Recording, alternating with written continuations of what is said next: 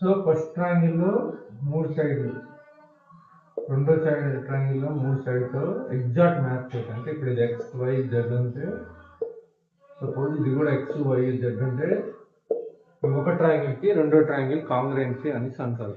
ఓకేనా?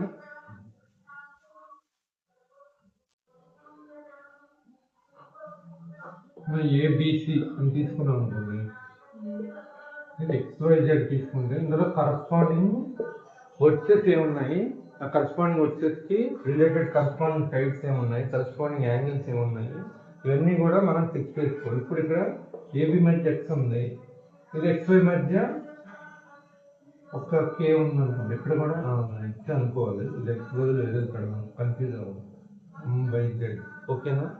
అంటే ఏబి అనేది ఏ వర్సెస్ అనేది ఎం వర్సెస్ కి, బి వర్సెస్ అనేది వై వర్సెస్ కి, సి అనేది జెడ్ కి ఇలా కరస్పాండింగ్ ఈక్వల్ వర్సెస్ అనేది మనం ట్రిపుల్ గా తెలుసుకోవాలి. ఇప్పుడు ఈ సైడ్స్ మార్చినా సరే, సపోజ్ ఇది 5, 6, 7 ఇచ్చాడు, కానీ ఇక్కడ 5, 6, 7 ఇలా ఇచ్చాడు అనుకోండి. ఇప్పుడు ఈ రెండు ట్రయాంగిల్ సేమా కాదంటే సైడ్లు సేమ్ ఉంటే సరిపోద్ది. 3 సైడ్లు ఒక ట్రయాంగిల్లో, రెండో ట్రయాంగిల్లో 3 సైడ్లు సేమ్ ఉంటే సరిపోద్ది. అది ఎక్కడ ఉందో దాని ఎగ్జాక్ట్ మ్యాచింగ్ తీసుకోవాలి. ఇప్పుడు ఇక్కడ 5 ఇక్కడ 5 ఉంది, 7 కి 7 ఉంది, 6 కి 6 ఉంది. అంటే ఏ కరస్పాండింగ్ ఏముంది, 5 కి 7 కి మధ్య ఏముంది, డి. ఇక్కడ 5 కి 7 కి మధ్య వై, కాబట్టి డి కి వై కరస్పాండింగ్ వర్సెస్. అలాగే 6 కి 7 కి మధ్య సి ఉంది, ఇక్కడ 6 కి 7 కి మధ్య ఎం ఉంది, కాబట్టి సికి ఎం. అలాగే 5 కి 6 కి మధ్య ఇక్కడ జెడ్ ఉంది, ఇక్కడ 5 కి 6 కి మధ్య ఏ ఉంది, కాబట్టి ఏకి జెడ్. ఇది కరస్పాండింగ్ వచ్చేసి. ఇప్పుడు మనం డయాగ్రామ్ గీసేటప్పుడు ఏబికి ఈక్వల్ ఏమవుతుంది సైడ్, ఏబికి ఈక్వల్ ఏమవుతుంది వైజెడ్ జెడ్ వై, అది కూడా ఇంపార్టెంట్. Z Y. అలాగే బీసీకి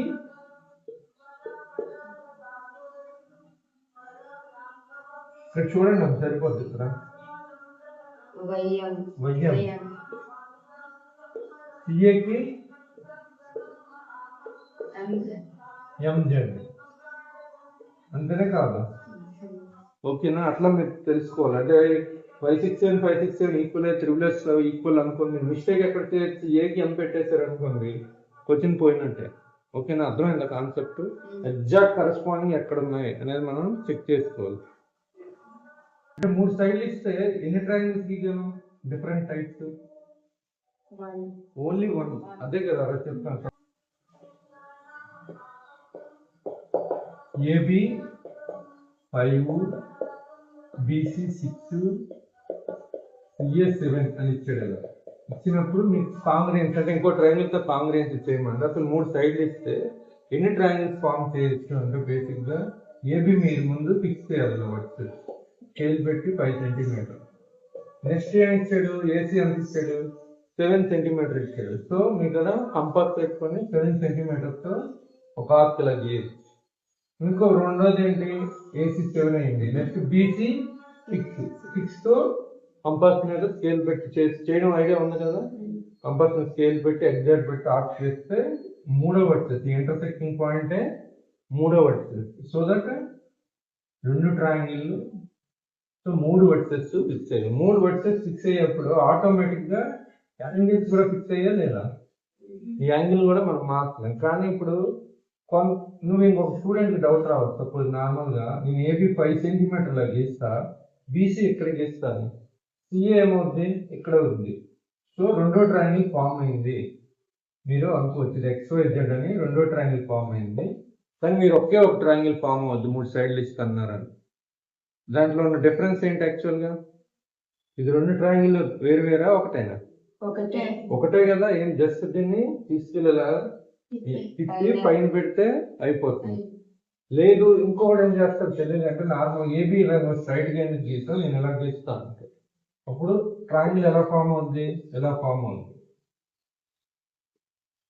ఇది KLM అనుకున్నాను, సేమ్ సైజ్ మళ్ళా 5, 6, 7.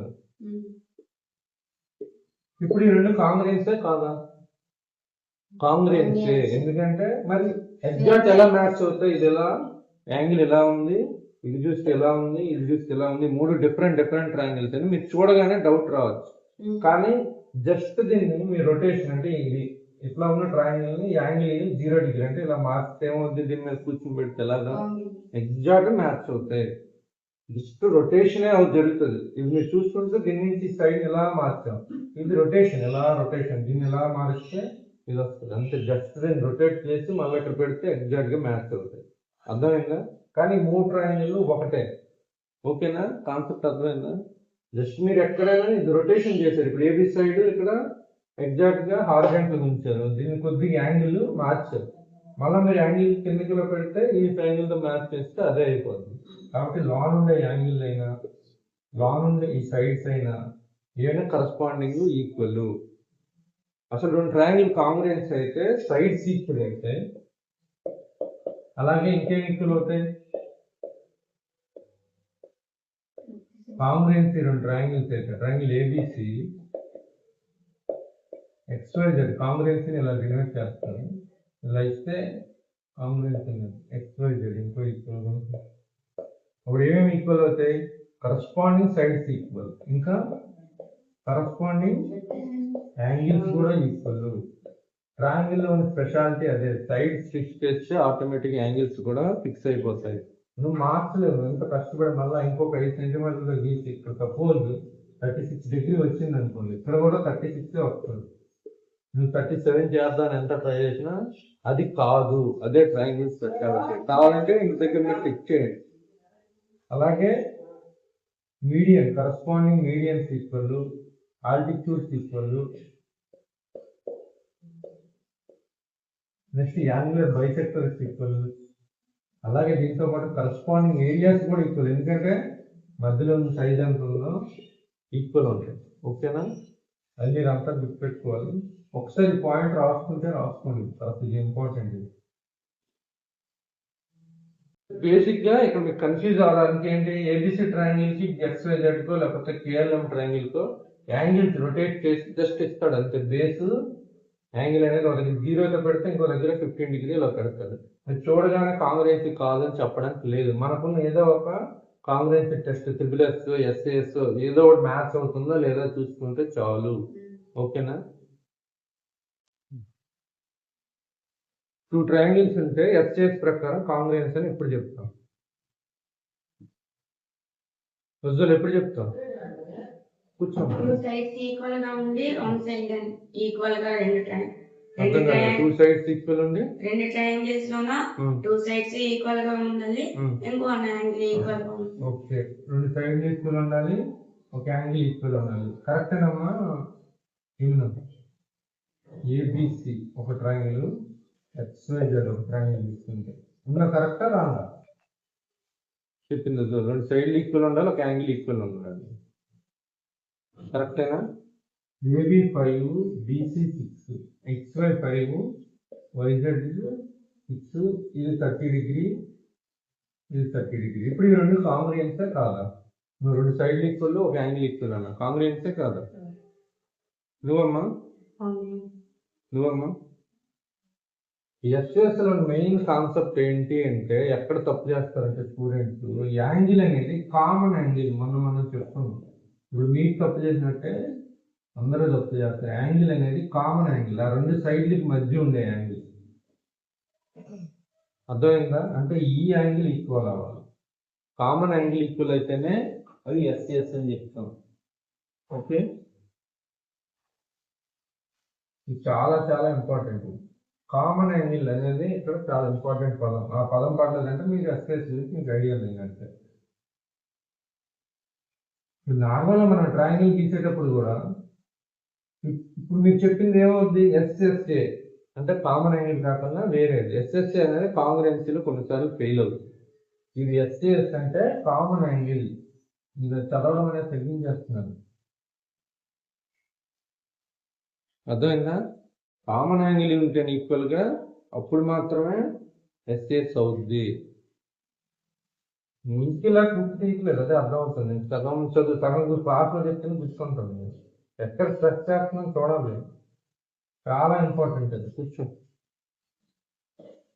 ఈ యాంగిల్ ఈక్వల్ ఉండాలి. ఎస్ఎస్ అంటే కామన్ యాంగిల్ ఈక్వల్ ఉంటుంది. అది ఇలా ఉంటే అది రాంగ్. ఇది ఎస్ఎస్ కిందకి వెళ్ళిపోద్ది, ఇది రాంగ్.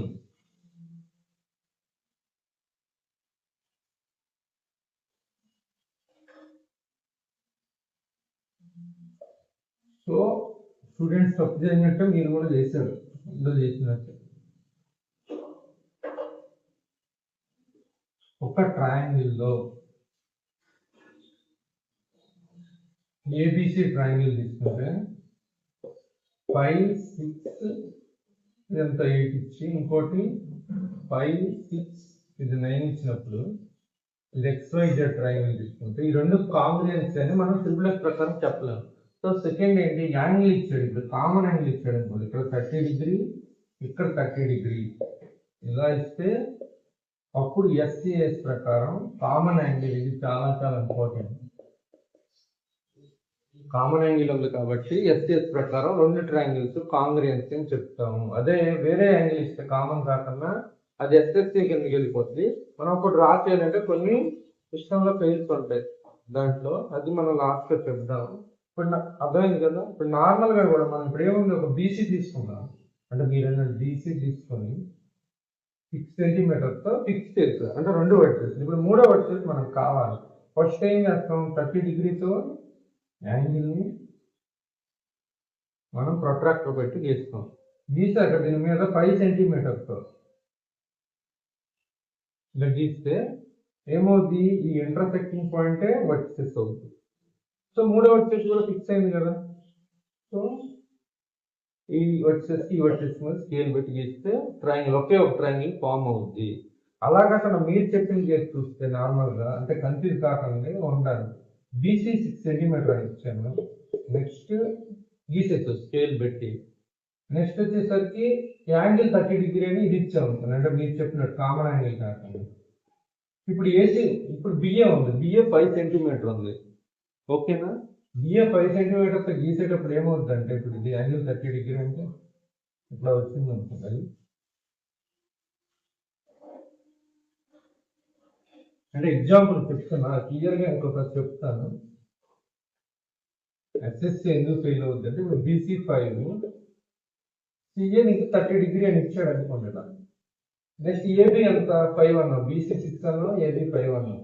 ఇలా ప్రొట్రాక్టర్ పెట్టుకుని కంపాస్ పెట్టుకుని గీస్తే ఇక్కడ 5 సెంటీమీటర్ ఆర్క్ వస్తుంది. అలాగే ఇక్కడ దగ్గర ఉంది కదా, ఇక్కడ ఒకసారి గీస్తుంది, అంటే రెండు మ్యాచింగ్ వస్తాయి ఆర్క్ తో. అంటే ఇదొక ట్రయాంగిల్ ఫామ్ అవుద్ది, ఇదొక ట్రయాంగిల్ ఫామ్ అయిపోద్ది. ఇది ఏ ట్రయాంగిల్, అక్యూట్ ట్రయాంగిల్, ఇది అబ్ట్యూజ్ ట్రయాంగిల్. సో దట్ ఎస్ఎస్సిలో రెండు ట్రయాంగిల్స్ ఫార్మ్ అయిపోతాయి. మీరు ఇంటికి చెక్ చేయండి కావాలంటే, ఓకేనా. ఒక 5 సెంటీమీటర్తో అక్యూట్ ట్రయాంగిల్, ఇంకొకటి 7 సెంటీమీటర్, అదే సారీ ఇక్కడ 5 సెంటీమీటర్స్తో అబ్ట్యూజ్ ట్రయాంగిల్ ఫామ్ అవుతాయి. ఇలా ఒకే సైడ్కి రెండు ట్రయాంగిల్స్ ఫామ్ అయితే మనకి యూనిక్ కాంగ్రియన్స్ అంటే యూనిక్ ట్రయాంగిల్. కానీ ఒకటి అక్యూట్ ట్రయాంగిల్, ఒకటి అబ్ట్యూజ్ ట్రయాంగిల్ అయిపోయి ఎస్ఎస్సి అనేది కాంగ్రియన్సీ ఫెయిల్ అవుతుంది, ఓకేనా. అర్థమైందా. మళ్ళీ ఎస్ఎస్సి గురించి జస్ట్ మీకు ఐడియా, అంటే మీరు చేసిన తప్పు ఏంటో చెప్తున్నా. కామన్ యాంగిల్ ఇవ్వకుండా ఇలా వేరే యాంగిల్ ఇస్తే, ఓకేనా. మళ్ళీ ఎస్ఎస్సి గురించి డెప్త్గా చెప్తాను, ఓకే. అందులో మీరెన్ని తప్పు చేశారని చెప్పడానికి ఇది కామన్ అని కాకపోతే ఇలా రెండు యాంగిల్స్ ఇస్తాయి. కానీ మనం ఏం చెప్పుకున్నాం, ట్రిపుల్ఎస్ అయినా ఎస్ఎస్ అయినా ఒకే యూనిక్ ట్రయాంగిల్ ఫామ్ అవుతుంది మీరు డ్రా చేస్తే. ఇప్పుడు మీరు దీన్ని మార్చొచ్చు, యాంగిల్ ఇలా మార్చి పైకి పెట్టచ్చు. బీసీని ఇప్పుడు XYZ ఉంది, ఇలా స్టార్ట్ చేయొచ్చు. కానీ మళ్ళీ రొటేట్ చేసి దీని మీద మ్యాచ్ చేస్తే ఎగ్జాక్ట్ గా ఫిట్ అవుతాయి, ఓకే. జస్ట్ రొటేషనే అవుతుంది అంతే. Rotation low angle size shape different లా అనిపిస్తుంది, కానీ షేప్ కూడా సేమే, ఇలా ఉంటాయి అంతే. ఇలా ఉండాల్సిన కాస్త మనం ఇలాగే వాడుతున్నట్టు అంతే, ఓకేనా. కానీ ఇలా డబుల్ ట్రయాంగిల్ ఫామ్ లో ఇక్కడ ఒక అక్యూట్, ఇది ఒకటి. ఇప్పుడు మీరు చూస్తే ఇక్కడ 30, ఇక్కడ 30, సో దట్ కరస్పాండింగ్ యాంగిల్స్ ఏమన్నాం. సపోజ్ నెక్స్ట్ ఏమవుతుంది, ఇక్కడ 50 డిగ్రీస్ అనుకోండి, ఇది కూడా 50 డిగ్రీయే ఉంటుంది. ఈవెన్ నువ్వు వైజాగ్ ఎలా స్టార్ట్ చేసి ట్రయాంగిల్ ఎలా యాంగిల్ చేసినా ఇది 50 డిగ్రీయే ఉంటుంది, ఓకేనా. ఆ రెండు వర్సెస్ మీద. కానీ ఇక్కడ ఛాన్స్ లేదు, ఒకటి అక్యూట్ ట్రయాంగిల్, ఇంకోటి అబ్ట్యూజ్ ట్రయాంగిల్ అయిపోతుంది, ఓకేనా. మీరు ఇంటికి వెళ్ళి ఇలాంటివన్నీ ప్రాక్టీస్ చేయండి, అందుకే రోజు గంట పెట్టమనేది. అప్పుడు మీకు బాగా అర్థమవుతుంది. కామన్ యాంగిల్ అనేది చాలా ఇప్పుడు మనం ఎస్సీఎస్ లో చూసుకుంటే ఏంటంటే ఇప్పుడు రెండు సైడ్లు ఫిక్స్ చేస్తాం అంటే వర్సెస్ ఏబిసి ఫిక్స్ చేసేటప్పుడు మనకి రెండు సైడ్లు తెలుసు, కామన్ యాంగిల్ తెలుసు. ఇందులో ఉన్న గ్రేట్నెస్ ఏంటంటే మూడో సైడ్ ఆటోమేటిక్ గా ఫిక్స్ అయిపోద్ది, ఎందుకంటే ఈ రెండు వర్సెస్ ఫిక్స్ అయ్యాయి కాబట్టి. ఇప్పుడు ఏసీ మధ్య ఎప్పుడు కూడా 8 సెంటీమీటరే ఉంటుంది. ఈవెన్ కరస్పాండింగ్ ఎక్కడ చూసుకున్నా సరే ఎక్స్జెడ్ మధ్య మీరు ఇటుకలు చెక్ చేయండి. సపోజ్ వైజెడ్ ఎలా స్టార్ట్ చేసి వైజెడ్ 6 సెంటీమీటర్ల స్టార్ట్ చేసి నెక్స్ట్ వచ్చేసరికి కామన్ యాంగిల్ 30 డిగ్రీ ఇలా పెట్టి ఇది 5 సెంటీమీటర్స్ ఆర్క్తో 5 సెంటీమీటర్ వచ్చిన ఇప్పుడు ఏమవుతుందంటే ఈ ఎక్స్జెడ్ అనేది ఆల్వేస్ 9 ఇక్కడ ఎంత ఉందో అంతే ఉంటుంది. ఓకేనా, 9 అని రాస్తాం, 9 ఉంది, 8 ఉంటుంది. ఇక్కడ ఎంత ఉందో అంటే మనం ఈ 8 ముందు చెప్పం. నార్మల్ మీరు ప్రొట్రాక్టర్ స్కేల్ పెట్టి కొలిస్తే ఇక్కడ సపోజ్ 8 సెంటీమీటర్ వస్తే ఇది కూడా 8 సెంటీమీటర్ వస్తుంది. ఇది చాలా ఇంపార్టెంట్ పాయింట్. ఇది కావాలంటే ఎందుకంటే కరస్పాండింగ్ సైడ్స్ ఒకసారి కాంగ్రియన్స్ అయితే corresponding sides equal, corresponding angles equal కాబట్టి ఆటోమేటిక్ గా ఇది కూడా ఫిక్స్ అయిపోద్ది కరస్పాండింగ్. మీరు యాంగిల్ ఎలా గీసినా, లేకపోతే మనం ఎంత చెప్పుకున్నట్టు వైజెడ్ ఇలా పెట్టి కిందకి గీసినా సరే ఇది ఎప్పుడు కూడా 6. ఒకవేళ ఇది 6 ఉంటే ఇది కూడా 6 ఉంటుంది. ముందు చెప్పము, కాకపోతే మీరు స్కేల్ పెట్టి ఫిక్స్ చేసుకుంటే కరస్పాండింగ్ సైడ్స్ ఈక్వల్లే ఉంటాయి. ఈవెన్ కరస్పాండింగ్ యాంగిల్స్ కూడా మీరు ప్రొట్రాక్టర్ పెట్టి గీస్తే ఈక్వల్లే ఉంటాయి. ఇక్కడ ఎంత ఉందో ఈ 6 కి 8 మధ్య, ఇక్కడ 6 కి 8 మధ్య అంతే యాంగిల్ ఉంటుంది. ఓకేనా, అది ఇప్పుడు మనం నేర్చుకోవాల్సిన పాయింట్. ఏఎస్ఏ కాంగ్రియన్స్ ఏంటమ్మా? రెండు ట్రయాంగిల్ మధ్య ఏఎస్ఏ కాంగ్రియన్సీ ఉందంటే ఓకే, ఒక సైడ్ ఉండాలి, రెండు యాంగిల్స్ ఉండాలి. ఏ యాంగిల్స్ అవ్వాలి అవి? ట్రయాంగిల్ ఏబిసి తీసుకుంటే ఒక పెద్ద కామన్ సైడ్ ఉంది. పర్ఫెక్ట్ గా నేర్చుకోనమ్మా, అలా అంటే కష్టం. ఏబిసి ట్రయాంగిల్ ఇందులో మీకు కాన్సెప్ట్ అర్థమవుకోవడం కూడా ఏం లేదు కదా. యాంగిల్ బి ఇచ్చాడు 60 డిగ్రీ అని, కూర్చోండి. యాంగిల్ సి 40 డిగ్రీ అని ఇచ్చాడు. ఈ రెండింటి మధ్య common side BC equal to 8 centimetre అని ఇస్తే మనం అట్లాంటిదే రెండో ట్రయాంగిల్ కూడా ఉంటే రెండు ఏఎస్ఏ ప్రకారం ఇక్కడ ఇదే ఏఎస్ఏ ప్రకారం కాంగ్రియన్సీ అని చెప్తాం. అంటే ఇప్పుడు బీసీ ముందు 8 సెంటీమీటర్స్ తో ఫిక్స్ చేసి బి దగ్గర ఒక 60 డిగ్రీ యాంగిల్, సి దగ్గర ఒక 40 డిగ్రీ యాంగిల్ గీస్తే ఆటోమేటిక్ గా ఎక్కడ దగ్గర ఇంటర్సెక్ట్ అవుతుంది. ఇదే థర్డ్ వర్టెక్స్. అలాగే రెండో ట్రయాంగిల్ XYZ అనే ట్రయాంగిల్ ఇచ్చి అక్కడ కూడా సేమ్ ఈ XYZ లో Y60 Z40 ఇచ్చి ఇది 8 సెంటీమీటర్ అని ఇచ్చాడంటే ఆటోమేటిక్ గా ఈ రెండు సైడ్లు కూడా అంటే ఏఎస్ఏ ప్రకారం రెండు ట్రయాంగిల్స్ కాంగ్రియన్సీ అంటాం. మనం ఇప్పుడు మీరు చెక్ చేస్తే, మీరు ఇక్కడ ప్రొట్రాక్టర్ పెట్టుకొని మూడో చెక్ చేస్తే లేదా స్కేల్ పెట్టుకొని చూస్తే ఇక్కడ సపోజ్ 8 సెంటీమీటర్ వస్తే కరస్పాండింగ్ సైడ్ ఇక్కడ కూడా 8 సెంటీమీటరే వస్తుంది. ఆటోమేటిక్ ఫిక్స్ ఎప్పుడైపోయినాయి సైడ్స్ కూడా ఫిక్స్ అయిపోతాయి. ఇక్కడ 7 సెంటీమీటర్ వస్తే ఇక్కడ కూడా 7 సెంటీమీటరే వస్తుంది. ఎగ్జాంపుల్ చెప్తున్నా, ఇక్కడ యాంగిల్ ఎంతో 40 డిగ్రీ వస్తే కరస్పాండింగ్ యాంగిల్ ఇక్కడ కూడా 40 డిగ్రీ వస్తుంది. మీరు ఇంటి దగ్గర ఇలాంటివన్నీ ట్రై చేయండి. ఈ సైడ్ ఇలాగే ఉండాల్సిన అవసరం లేదు, పైకి కిందగా గీసైనా మీరు యాంగిల్స్ చేంజ్ చేసాను. యాంగిల్ అంటే బేస్ యాంగిల్ హారిజాంటల్ కన్నా కొద్దిగా పైకి కింద గీసిన ఇట్లాగే వస్తుంది. ఇది చాలా ఇంపార్టెంట్. ఇది ఆ కాన్సెప్ట్ మీకు మైండ్లోకి ఎక్కడం అనేది చాలా చాలా ఇంపార్టెంట్. ఓకేనా ఏఎస్ఏ? నెక్స్ట్ వన్ వచ్చేసరికి ఏఈఎస్ యాంగిల్ సైడ్. ఈ సైడ్ అనేది ఇక్కడ కామన్ ఉండాల్సిన అవసరం లేదు. కూర్చుంటారు, ఎందుకు అవసరం లేదు? Suppose angle A 30, angle B 70 ఇచ్చాడు. కామన్ ఇక్కడ ఇస్తే కామన్ సైడ్ ఇవ్వదు, బీసీ 7 సెంటీమీటర్ అనేది ఇచ్చాడు. అలాగే angle X 30, angle Y 70, YZ 7 centimetre అనొచ్చు. ఇప్పుడు ఈ రెండు ట్రయాంగిల్స్ కాంగ్రుయెన్స్ ఏఎస్ ప్రకారం అంటే మీరు ఎలా గీయగలరు? కాంగ్రుయెన్స్ కాదు అసలు ట్రయాంగిల్ గీసేటప్పుడు. సపోజ్ బీసీ 7 సెంటీమీటర్తో స్టార్ట్ చేసాం. స్కేల్ పెట్టుకొని బీసీ 7 సెంటీమీటర్ గీస్తే నీకేం తెలుసు? యాంగిల్ బి 70 డిగ్రీ అని తెలుసు. యాంగిల్ ఏ 30 తెలుసు. ఎక్కడ గీస్తావు యాంగిల్ ఏ 30? ఎక్కడ గీస్తామా? వర్సెస్ ఫిక్స్ అవ్వాలి లేకపోతే ఎక్కడ గీస్తామా? మరేంటి ప్రాబ్లం? ఇప్పుడు ఎలా సాల్వ్ చేస్తుంది? థర్డ్ వర్సెస్ని ఎలా ఫిక్స్ చేస్తాం? ఏఎస్లో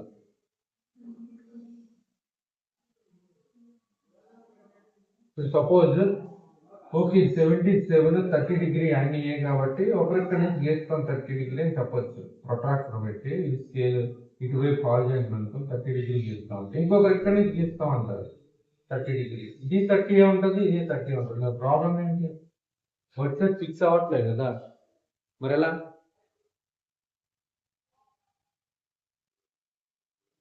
సమ్ ఆఫ్ యాంగిల్ 180 కాబట్టి మరి అది ఫస్ట్లోనే చెప్పాలి. అలా చెప్పాను కదా, సమ్ ఆఫ్ యాంగిల్ 180 కాబట్టి ఆల్రెడీ రెండు యాంగిల్స్ తెలుసుకొని మూడో యాంగిల్ ఎంత అనేది మనం కనుక్కుంటాం.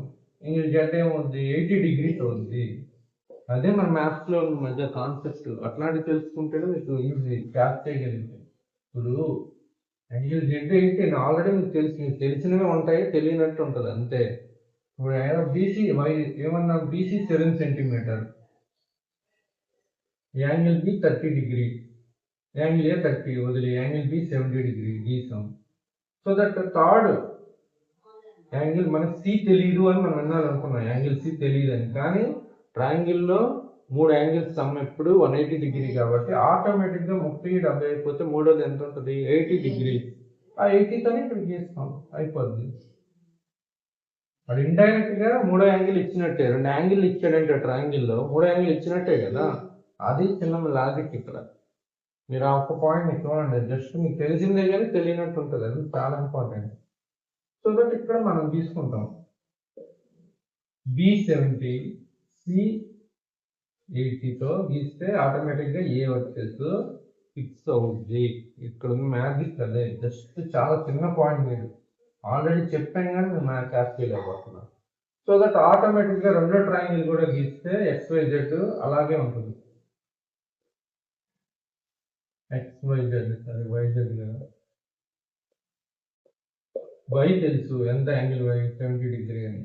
Z తెలీదు అనుకుంటాం కానీ మనకి తెలుసు, ఎందుకంటే రెండు ట్రయాంగిల్లో రెండు యాంగిల్స్ ఇచ్చారు కాబట్టి. సో నువ్వు ఆ యాంగిల్తో గీస్తే ఇది 80 డిగ్రీస్ గీస్తే ఆటోమేటిక్ X అనేది ఫిక్స్ అవుతుంది.